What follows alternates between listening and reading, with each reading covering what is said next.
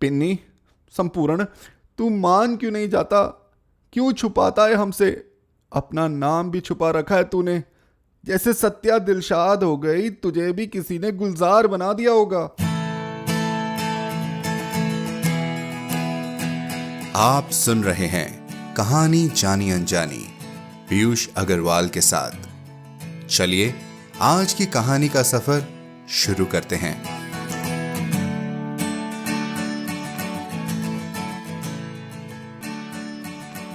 नमस्कार दोस्तों, स्वागत है आपका कहानियों की दुनिया की एक और कहानी में, जिसे सुनाने आया हूं मैं, आपका दोस्त पीयूष अग्रवाल।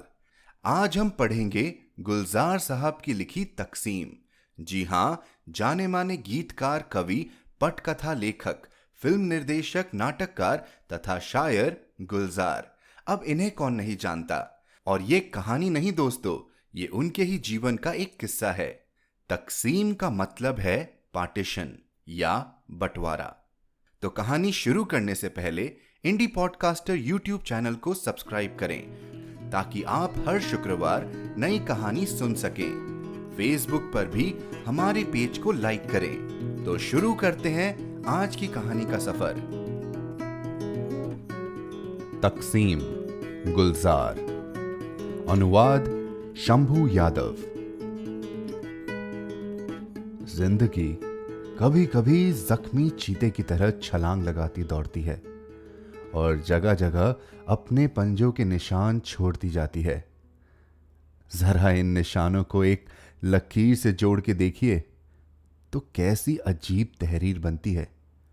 84-85 की बात है, जब कोई एक साहब मुझे अमृतसर से अक्सर खत लिखा करते थे कि मैं उनका तकसीम में खोया हुआ भाई हूं। इकबाल सिंह नाम था उनका और गालिबन खालसा कॉलेज में प्रोफेसर थे।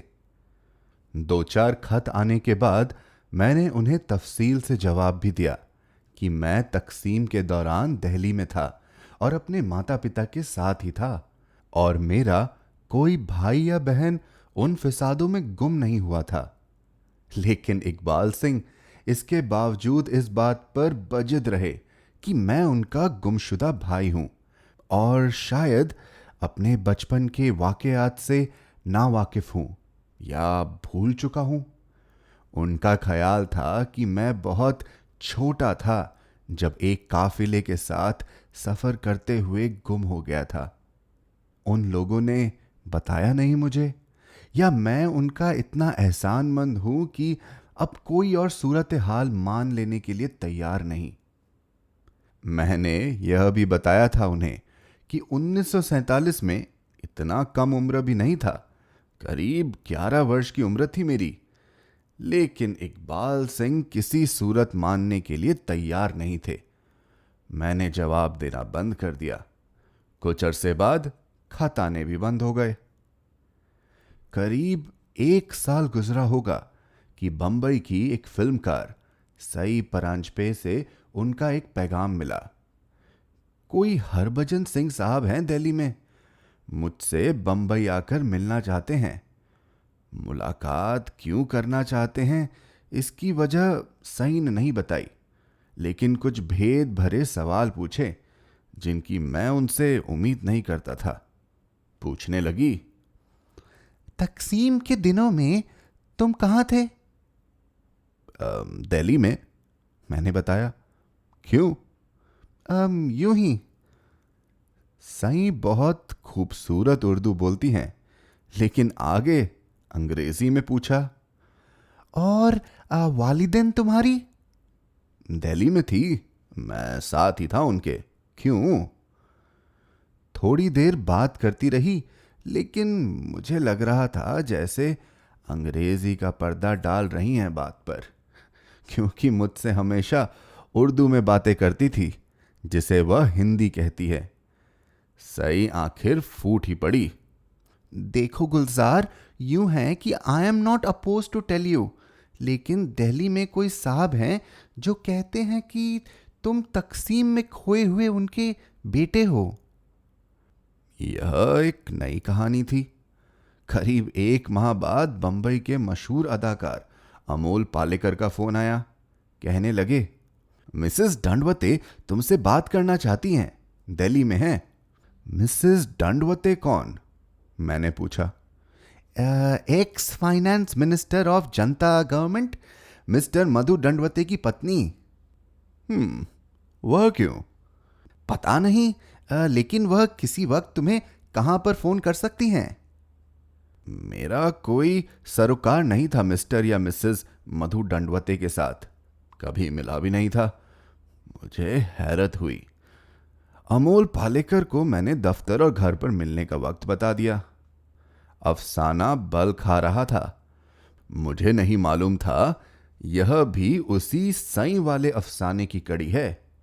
लेकिन अमोल चूंकि अदाकार है और अच्छा अदाकार अच्छी अदाकारी कर गया और मुझे इसकी वजह नहीं बताई। लेकिन मुझे यकीन है कि वह उस वक्त भी वजह जानता होगा। कुछ रोज बाद प्रमिला दंडवते का फोन आया।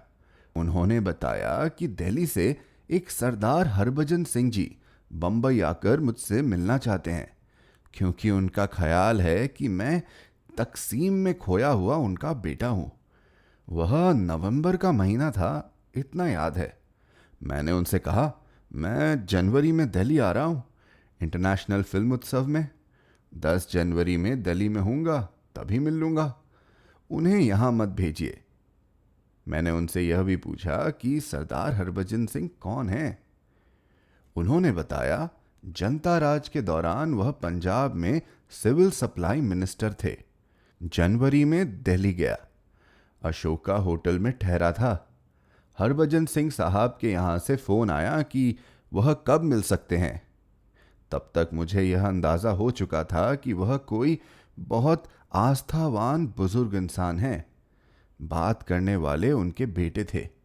बड़ी इज्जत से मैंने अर्ज़ किया, आज उन्हें जहमत ना दें, कल दोपहर के वक्त आप तशरीफ़ लावें, मैं आपके साथ चलकर उनके दौलत खाने पर मिल लूँगा।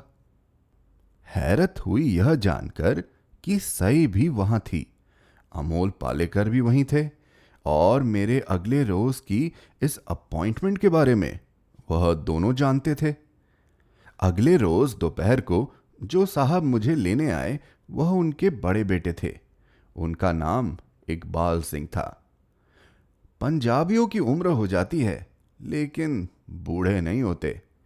उठकर बड़े प्यार से मिले। मैंने बेटे की तरह ही पैरी पौना किया। उन्होंने माँ से मिलवाया। ये तुम्हारी माँ है बेटा। माँ को भी पैरी पौना किया। बेटे उन्हें दार जी कह के बुलाते थे। दूसरे बेटे, बहुए, बच्चे, अच्छा खासा एक परिवार था। काफी खुला बड़ा घर। यह खुलापन भी पंजाबियों के रहन सहन में ही नहीं, उनके मिजाज में भी शामिल है। तमाम रस्सी बातों के बाद कुछ खाने को भी आ गया, पीने को भी आ गया, और दार जी ने बताया कि मुझे कहाँ खोया था। बड़े सख्त दंगे हुए जी। हर तरफ आग ही आग थी और आग में झुलसी हुई खबरें। पर हम भी टिके ही रहे। जमींदार मुसलमान था और हमारे पिताजी का दोस्त था और बड़ा मेहरबान था हम पर, और सारा कस्बा जानता था कि उसके होते कोई बेवक्त हमारे दरवाजे पर दस्तक भी नहीं दे सकता। उसका बेटा स्कूल में मेरे साथ पढ़ा था, लेकिन जब पीछे से आने वाले काफिले हमारे कस्बे से गुजरते थे, ओए होए, तो दिल दहल जाता था। अंदर ही अंदर कांप जाते थे हम। जमींदार रोज सुबह और शाम को आकर मिल जाता था, हौसला दे जाता था। मेरी पत्नी को बेटी बना रखा था उसने। एक रोज चीखता चिल्लाता एक ऐसा काफिला गुजरा कि सारी रात छत की मुंडेर पर खड़े गुजरी। हम ही नहीं, सारा कस्बा जाग रहा था। लगता था वही आखिरी रात है, सुबह प्रलय आने वाली है। हमारे पांव उखड़ गए। पता नहीं क्यों लगा कि बस यही आखिरी काफिला है, अब निकल लो, इसके बाद कुछ नहीं बचेगा। अपने मोहसिन अपने जमींदार से दगा करके निकल आए। वह रोज कहा करता था, मेरी हवेली पर चलो, मेरे साथ रहो, कुछ दिन के लिए ताला मार दो घर को, कोई नहीं छुएगा। लेकिन हम झूठ मूठ का हौसला दिखाते रहे, अंदर ही अंदर डरते थे। सच बताऊं, संपूर्ण काका ईमान हिला गए थे, जड़ें कांपने लगी थी। सारे काफिले उसी रास्ते से गुजर रहे थे। सुना था मियावली से होके जम्मू में दाखिल हो जाओ तो आगे नीचे तक जाने के लिए फौज की टुकड़ी मिल जाएगी। घर वैसे के वैसे ही खुले छोड़ाएं। सच तो यह है कि दिल ने बांग दे दी थी, अब वतन की मिट्टी छोड़ने का वक्त आ गया, कूच कर चलो। 2 लड़के बड़े, एक छोटी लड़की 8 साल 9 साल की, और सबसे छोटे तुम। 2 दिन का सफर था मियावली तक पैदल। खाने को जिस गांव से गुजरते कुछ ना कुछ मिल जाता था। दंगे सब जगह हुए थे, हो भी रहे थे, लेकिन दंगे वालों के लश्कर हमेशा बाहर ही से आते थे। मियावली तक पहुंचते पहुंचते काफिला काफी बड़ा हो गया। कई तरफ से लोग आ आकर जुड़ते जाते थे। बड़ी ढांढस होती थी बेटा, अपने जैसे दूसरे बदहाल लोगों को देखकर। मियावली हम रात को पहुंचे।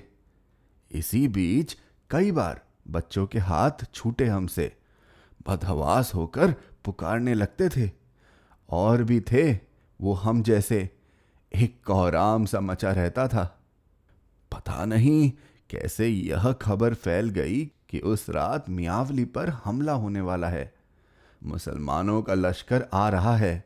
खौफ और डर का ऐसा सन्नाटा कभी नहीं सुना। रात ही रात सब चल पड़े। दारजी कुछ देर के लिए चुप हो गए, उनकी आंखें नम हो रही थी। लेकिन मां चुपचाप टकटकी बांधे मुझे देखे जा रही थी। कोई इमोशन नहीं था उनके चेहरे पर। दारजी बड़े धीरे से बोले, बस उसी रात उस कूच में छोटे दोनों बच्चे हमसे छूट गए। पता नहीं कैसे, पता हो तो वह जुमला अधूरा छोड़कर चुप हो गए। मुझे बहुत तफसील से याद नहीं। बेटे बहुएं कुछ उठी, कुछ जगहें बदल के बैठ गए। दारजी ने बताया, जम्मू पहुंचकर बहुत अरसा इंतजार किया, एक एक कैंप जाकर ढूंढते थे और आने वाले काफिलों को देखते थे। बेशुमार लोग थे जो काफिले की शक्ल में ही कुछ पंजाब की तरफ चले गए, कुछ नीचे उतर गए, जहां जहां जिस किसी के रिश्तेदार थे। जब मायूस हो गए हम तो पंजाब आ गए, वहां के कैंप खोजते रहे। बस एक तलाश ही रह गई, बच्चे गुम हो चुके थे, उम्मीद छूट चुकी थी। 22 साल बाद एक जत्था हिंदुस्तान से जा रहा था, गुरुद्वारा पंजा साहब की यात्रा करने, बस दर्शन के लिए। अपना घर देखने का भी कई बार ख्याल आया था, लेकिन वह भली मानस हमेशा इस ख्याल से ही टूट के निढाल हो जाती थी। उन्होंने अपनी बीवी की तरफ इशारा करते हुए कहा, और फिर यह गिल्ट भी हमसे छूटा नहीं कि हमने अपने कस्बे के जमींदार का एतबार नहीं किया। सोच के एक शर्मिंदगी का एहसास होता था। बहरहाल हमने जाने का फैसला कर लिया, और जाने से पहले मैंने एक खत लिखा जमींदार के नाम और उनके बेटे अयास के नाम भी। अपने हिजरत के हालात भी बताए, परिवार के सभी और दोनों गुमशुदा बच्चों का जिक्र भी किया, सत्या और संपूर्ण का। ख्याल था शायद अयाज तो न पहचान सके, लेकिन जमींदार अफजल हमें नहीं भूल सकता। खत मैंने पोस्ट नहीं किया, सोचा वहीं जाके करूंगा। 20-25 दिन का दौरा है, अगर मिलना चाहेगा तो चाचा अफजल जरूर जवाब देगा।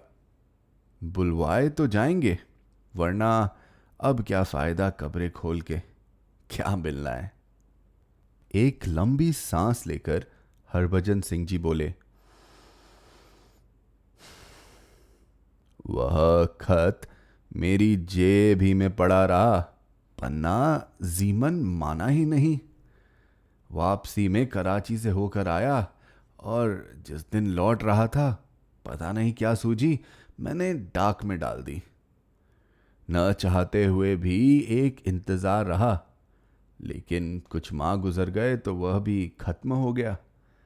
8 साल के बाद मुझे जवाब आया, अफजल चाचा का। मैंने चौंक कर पूछा। वह चुप रहे। मैंने फिर पूछा, अयाज का। सर को हल्की सी जुम्बिश देकर बोले, हाँ, उसी खत का जवाब था। खत से पता चला कि तकसीम के कुछ साल बाद ही अफजल चाचा का इंतकाल हो गया था। सारा जमींदारा अयाज ही संभाला करता था। चंद रोज पहले ही अयाज का इंतकाल हुआ था। उसके कागज पत्तर देखे जा रहे थे तो किसी एक कमीज की जेब में वह खत निकला। मातम पुरसी में आए लोगों में किसी ने वह खत पढ़ के सुनाया तो एक शख्स ने इत्तला दी कि जिस गुमशुदा लड़की का जिक्र है इस खत में, वह अयाज के इंतकाल पर मातम पुरसी करने आई हुई है, मियावली से। उसे बुलाकर पूछा गया तो उसने बताया कि उसका असली नाम सत्या है। वह तकसीम में अपने माँ बाप से बिछुड़ गई थी और अब उसका नाम दिलशाद है। माँ की आंखें अब भी खुश्क थी, लेकिन दारजी की आवाज फिर से रुंध गई थी। वाहे गुरु का नाम लिया और उसी रोज रवाना हो गए। दिलशाद वहीं मिली, अफजल चाचा के घर। लो जी, उसे सब याद था, पर अपना घर याद नहीं। हमने पूछा, वह खोई कैसे, बिछड़ी कैसे हमसे? तो बोली, मैं चल चल के थक गई थी, मुझे बहुत नींद आ रही थी। मैं घर के आंगन में तंदूर लगा था, उसके पीछे जाके सो गई थी। जब उठी तो कोई भी नहीं था। सारा दिन ढूंढ के फिर वहीं जाके सो जाती थी। 3 दिन बाद उस घर वाले आए तो उन्होंने अगाया। मियाँ बीवी थे। फिर वहीं रख लिया कि शायद कोई ढूंढता हुआ आ जाए, पर कोई आया ही नहीं। उन्हीं के घर नौकरानी सी हो गई। खाना कपड़ा मिलता था, पर बहुत अच्छी तरह रखा। उसने फिर कुछ साल बाद, शायद 8-9 साल बाद, मालिक ने मुझसे निकाह पढ़ा के अपनी बेगम बना लिया। अल्लाह के फजल से 2 बेटे हैं। एक पाकिस्तान एयरफोर्स में है, दूसरा कराची में अच्छे ओहदे पर नौकरी कर रहा है। राइटर्स को कुछ क्लीशे किस्म के सवालों की आदत होती है जिसकी जरूरत नहीं। वह हैरान नहीं हुई आपको देखकर या मिलकर? रोई नहीं? नहीं, हैरान तो हुई, लेकिन ऐसी कोई खास प्रभावित नहीं हुई। दारजी ने कहा, बल्कि जब भी सोचता हूं उसके बारे में तो लगता है बार बार मुस्कुरा देती थी हमारी बातें सुनकर, जैसे हम कोई कहानी सुनाने आए हैं। उसे लगा नहीं कि हम ही उसके माँ बाप हैं। और संपूर्ण उसके साथ नहीं थी? नहीं, उसे तो याद भी नहीं। माँ ने फिर वही कहा जो इन बातों के दरमियान 2-3 बार कह चुकी थी। पिन्नी, संपूर्ण, तू मान क्यों नहीं जाता? क्यों छुपाता है हमसे? अपना नाम भी छुपा रखा है तूने। जैसे सत्या दिलशाद हो गई, तुझे भी किसी ने गुलजार बना दिया होगा। थोड़े से वक्फे के बाद फिर बोली, गुलजार किसने नाम दिया तुझे? नाम तो तेरा संपूर्ण सिंह है। मैंने दारजी से पूछा, मेरी खबर कैसे मिली आपको, या कैसे ख्याल आया कि मैं आपका बेटा हूं? ऐसा है पुत्र, वाहेगुरु की करनी 30-35 साल बाद मिल गई तो उम्मीद बन गई। शायद वाहेगुरु बेटे से भी मिला दे।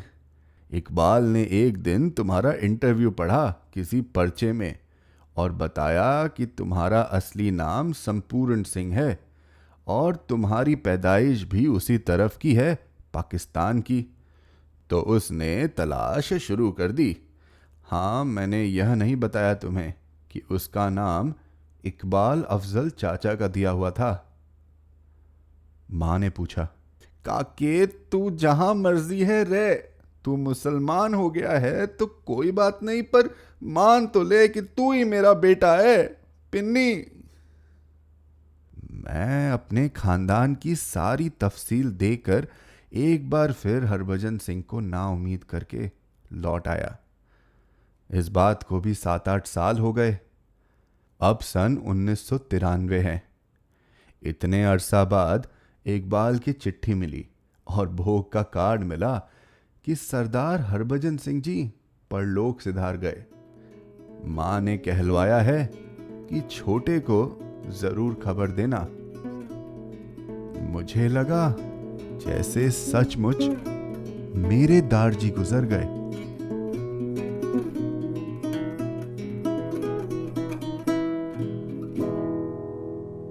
तो दोस्तों, कैसी लगी आपको आज की कहानी? अगर आप लेखक की जगह होते तो क्या आप अपना पाते अनजाने पर अपने से इन रिश्तों को? नीचे कमेंट्स में जरूर बताएं। एक बार फिर इस चैनल को अभी सब्सक्राइब करें और इस वीडियो को लाइक करना ना भूलें। हर शुक्रवार आप तक नई कहानियां लाने का श्रेय मैं अपनी टीम को देना चाहूंगा। आज के एपिसोड की प्रोड्यूसर हैं देवांशी बत्रा।